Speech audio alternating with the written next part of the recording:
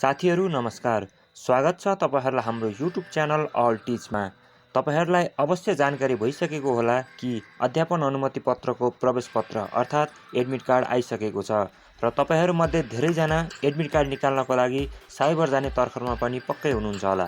तर पर्खनुहोस्, तपाईहरुले यो भिडियो हेरेर सजिलैसँग आफ्नै मोबाइलमा घरै बसी आफ्नो र आफ्ना सबै साथीहरुको एडमिट कार्ड डाउनलोड गर्न सक्नुहुनेछ। आउनुहोस् ढिला नगरी लागौं मोबाइलको स्क्रिन तर्फ यो छोटो इन्ट्रोको साथमा।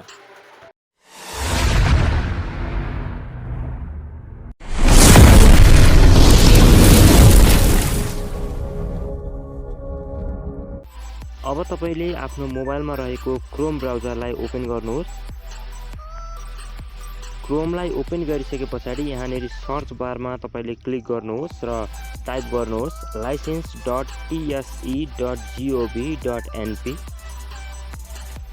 त्यसपछि सर्चमा क्लिक गर्नुहोस् र सर्च गरिसके पछाडि तपाईको स्क्रिनमा शिक्षक सेवा आयोगको दरखास्त पोर्टल खुल्छ र त्यहाँबाट अलिकति तल सारेर त्यहाँनेर तपाईले देख्न सक्नुहुन्छ अकाउन्ट लगइन अर रजिस्टर देख्न सक्नुहुन्छ। तपाईले यसमा क्लिक गर्नुपर्ने हुन्छ र यहाँ क्लिक गरिसके पछाडि यहाँनेर तपाईले आफ्नो इमेल र पासवर्ड माग्छ। यहाँनेर तपाईको आफ्नो इमेल आइडी र पासवर्ड हाल्नु होला।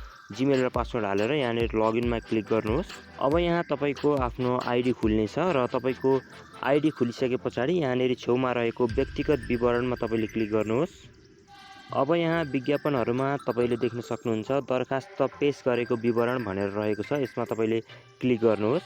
त्यसपछि तपाईले दिनुभएको आवेदन यहाँनेरि आउँछ र यसलाई तपाईले छेउतिर सार्दै जानुहोस् र यहाँनेरि छेउतिर सारिसके पछाडि तपाईले यहाँनेरि भ्यू भन्ने अप्सन देख्नुहुन्छ। तपाईले यहाँनेरि भ्यूमा क्लिक गर्नुहोस्। त्यसपछि यहाँ सुरुमा देख्न सक्नुहुन्छ प्रवेश पत्र हेर्न यहाँ क्लिक गर्नुहोस् भनिएको छ, जसलाई हरियो कलरले कभर गरेको छ। तपाईले सिम्पली यहाँनेरि क्लिक गर्नुहोस्।